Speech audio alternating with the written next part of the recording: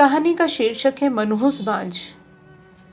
नूतन को अब अस्पताल में खड़े होने से घुटन सी हो रही थी।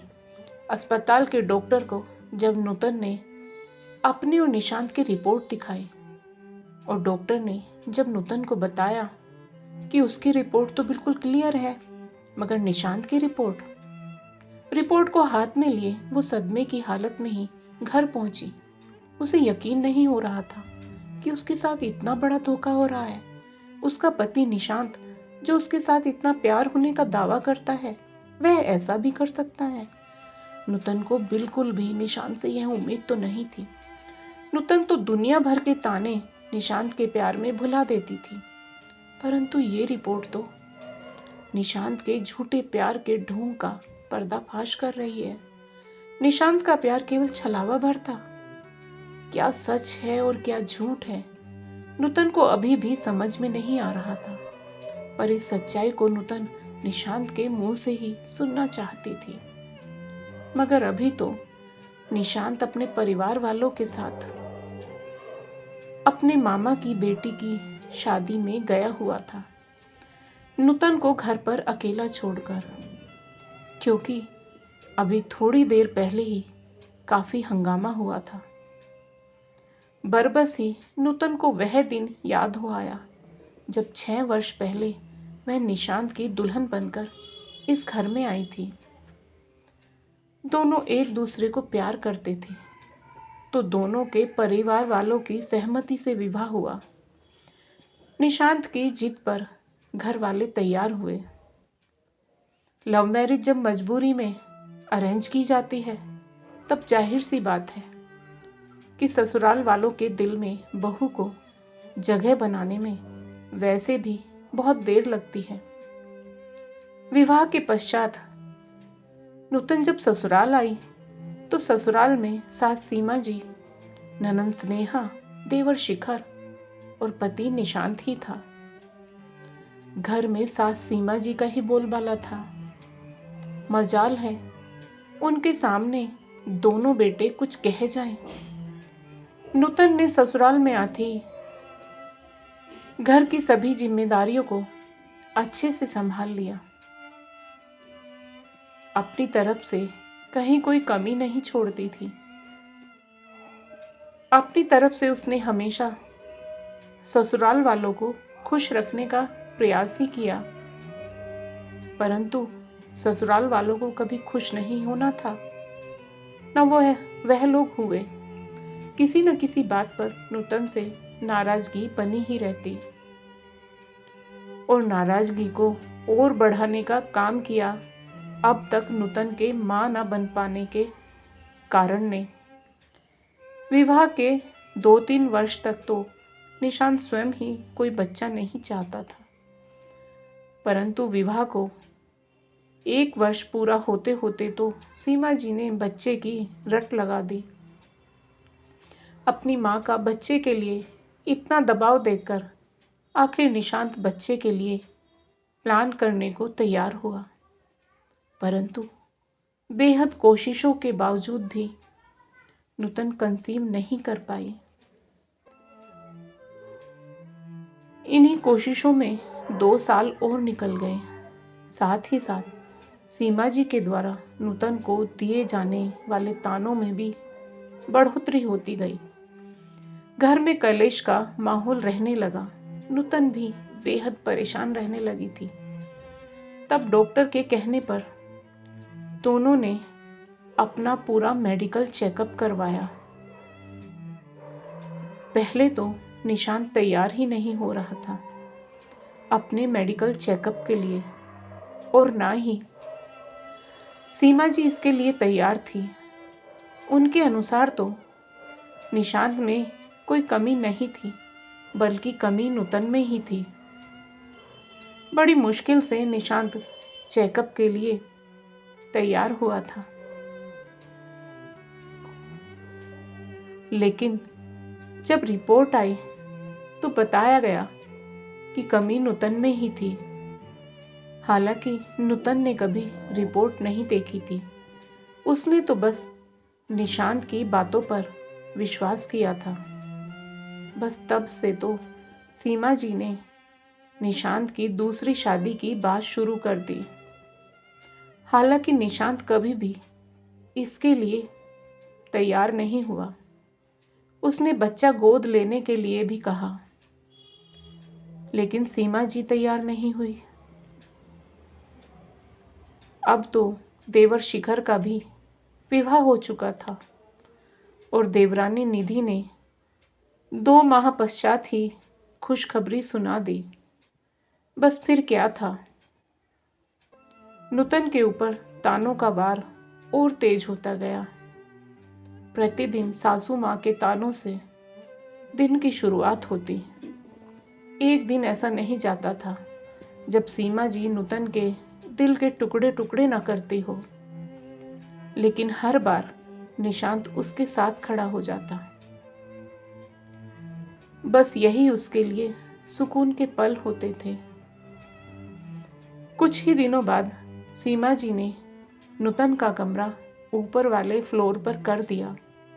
साथ ही एक छोटी रसोई भी बनवा दी, ये कहकर कि वह नूतन का साया भी निधि पर नहीं पड़ने देना चाहती है। आज नूतन की देवरानी निधि का बेटा भी 1 वर्ष का हो चुका है, लेकिन मजाल है कि सीमा जी ने आज तक उस बच्चे को नूतन को हाथ तक लगाने दिया हो, उसके पास तक आने दिया हो। आज घर के सभी लोगों को निशांत के मामा की बेटी के विवाह में जाना था। खास मामा की बेटी का विवाह था, लेकिन ये बात नूतन को पड़ोस की आंटी से पता चली। सुबह जब सब लोग घर से निकलने की तैयारी कर रहे थे तो नूतन वहां पहुंच गई और सबसे पहला सवाल नूतन ने सीमा जी से ही किया, मम्मी जी, आपने बताया तक नहीं कि आज आप मामा जी की बेटी के विवाह में जा रहे हैं। क्या मैं इस घर की सदस्य नहीं हूँ? मुझे जानने का हक नहीं है कि कौन कहाँ जा रहा है? परंतु सीमा जी ने नूतन के सवाल का जवाब देने की बजाय निशांत की ओर देखते हुए निशांत से सवाल किया, क्यों निशांत, तूने बताया नहीं इसे? इतने में निशांत नूतन के पास आया और उसका हाथ पकड़कर उसे ऊपर ले जाने की कोशिश करते हुए बोला, अच्छा नूतन, अभी ये सब बातें छोड़ो, चलो तुम ऊपर चलो। नहीं निशांत, मैं कहीं नहीं जाऊंगी। पहले मुझे न बताए जाने का कारण जानना है। ये गलत है। मुझे पड़ोसियों से पता चल रहा है कि मामा जी की बेटी का विवाह है और आप सभी लोग विवाह में जा रहे हैं। मैं भी तो इस घर की सदस्य हूँ। ले जाना तो दूर की बात है, मुझे ये बात पता चले। आप लोग यह भी नहीं चाहते हैं।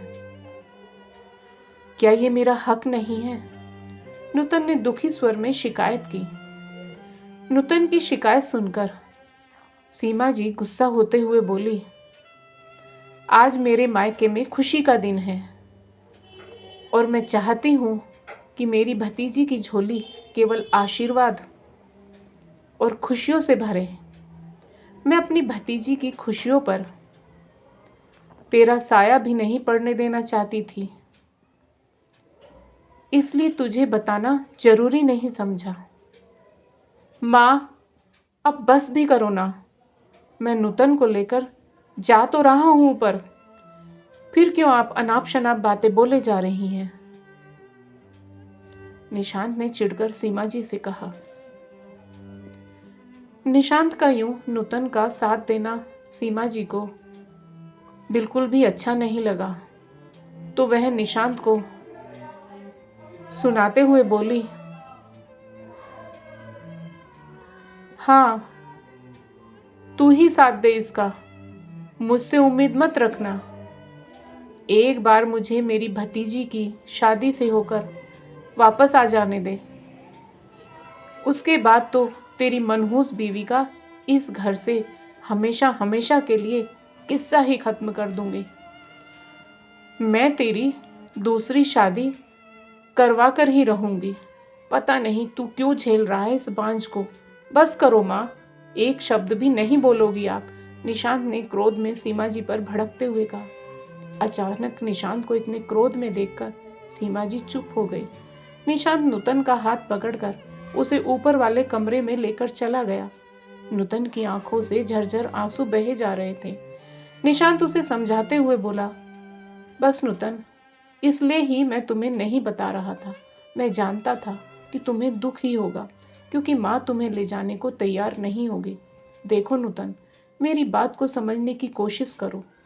घर का बड़ा बेटा होने के नाते मुझे तो जाना ही पड़ेगा, पर मैं तुम्हारा दिल बिल्कुल नहीं तोड़ना चाहता था, इसलिए तुम्हें नहीं बताया। प्लीज़ नूतन, मेरी बात को समझो। निशांत नूतन को अपनी बात समझाते हुए बोला। बहुत देर तक उसे चुप कराने की कोशिश करता रहा। तभी नीचे से सीमा जी की आवाज़ आई, निशांत जल्दी चलो, देर हो रही है, वहाँ प्रोग्राम में पहुँचने में देरी हो जाएगी। माँ की आवाज़ सुनकर निशांत ने नूतन से कहा, देखो नूतन, मुझे मेरी जिम्मेदारी तो निभानी ही पड़ेगी ना। प्लीज़ तुम रोना बंद करो। यदि तुम इसी तरह रोती रहोगी तो मेरा दिल नहीं लगेगा, और अगर तुम चाहती हो तो मैं भी नहीं जाऊंगा, मैं भी तुम्हारे पास ही बैठ जाता हूँ। यह बोलकर निशांत वहीं पलंग पर नूतन के पास बैठ गया। उसे वहां ऐसे बैठे देखकर नूतन के चेहरे पर मुस्कुराहट आ गई। वो अपने आंसू पोंछते हुए बोली, मैं भला कौन होती हूँ एक बेटे और भाई को उसके फर्ज से रोकने वाली। निशांत, मैं आपको नहीं रोक रही हूँ, आप खुशी खुशी जाओ, वहाँ सब प्रतीक्षा कर रहे होंगे।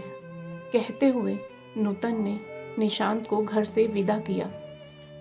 निशांत को विदा करने के काफ़ी देर तक नूतन यूं ही चुपचाप बैठी रही। फिर पता नहीं क्या सोचकर अलमारी की सफाई करने लगी। उस अलमारी की सफाई जिसे निशांत कभी उसे हाथ तक नहीं लगाने देता था। काफ़ी दिन से निशांत अलमारी की सफाई करने के लिए कह रहा था। सो नूतन ने सोचा कि निशांत को तो वक्त मिल नहीं रहा है, इसलिए मैं ही अलमारी को साफ कर देती हूँ। और अलमारी की सफाई करते समय नूतन के हाथ रिपोर्ट वाली फाइल लग गई। नूतन ने सोचा कि आज तो घर पर कोई नहीं है, एक बार तसल्ली के लिए मैं फिर से अपनी और निशांत की रिपोर्ट डॉक्टर को दिखा लेती हूँ। नूतन तुरंत तैयार होकर डॉक्टर को रिपोर्ट दिखाने के लिए अस्पताल पहुँच गई। रिपोर्ट दिखाने के बाद से ही नूतन यूं ही सकते से की हालत में है। घर आकर भी उसका मन बेचैन है। उसे रह रहकर निशांत पर क्रोध आ रहा है। तभी कुछ सोचकर नूतन उठी और घर को लॉक कर बाहर निकल गई। कुछ देर बाद सब लोग घर पर आ गए, तब तक नूतन भी घर आ गई।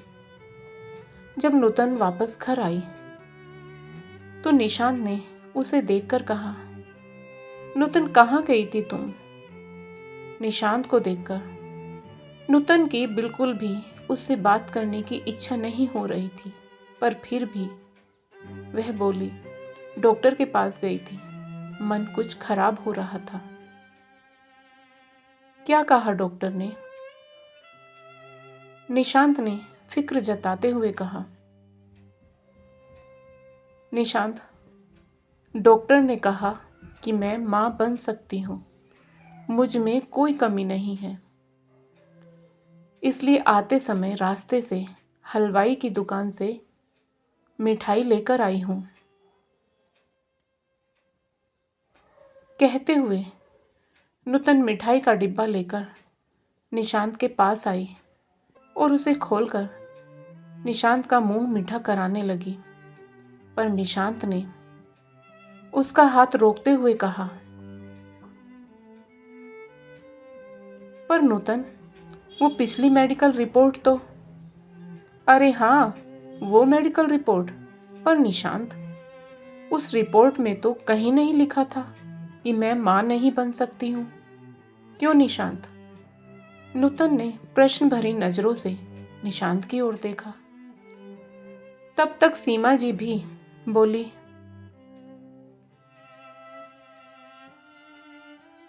अब चाहे तू कुछ भी तमाशा कर ले, तू इस घर में नहीं रहेगी।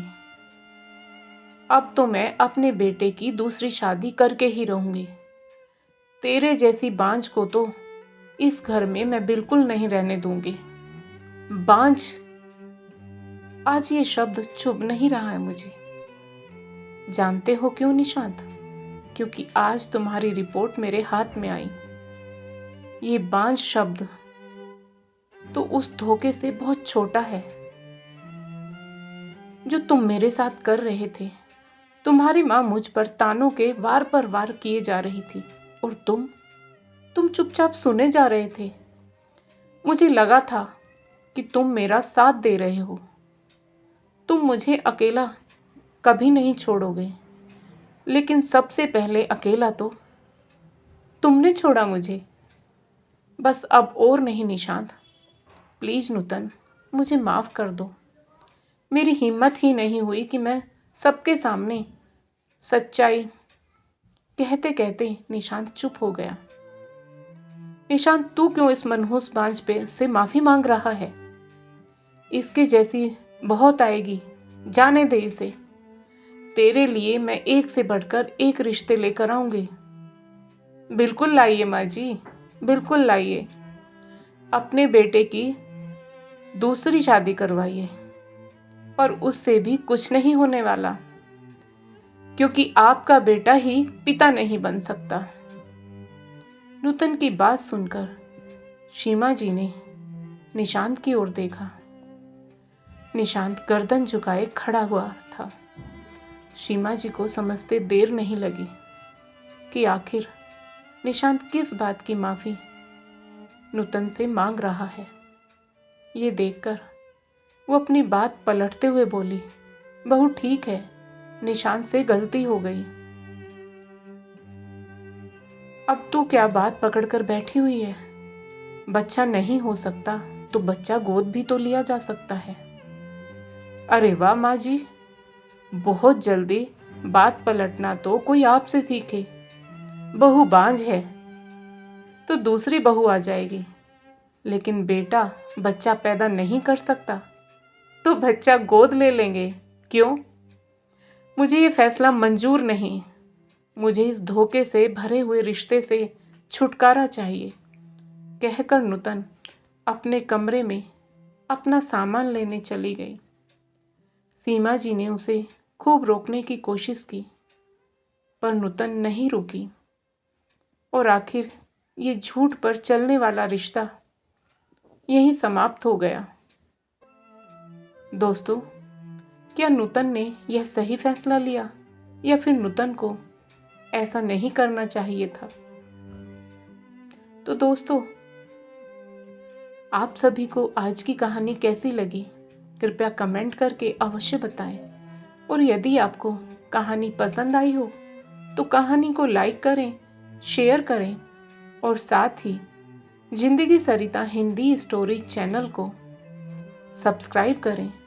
फिर मिलेंगे दोस्तों एक और नई कहानी को लेकर।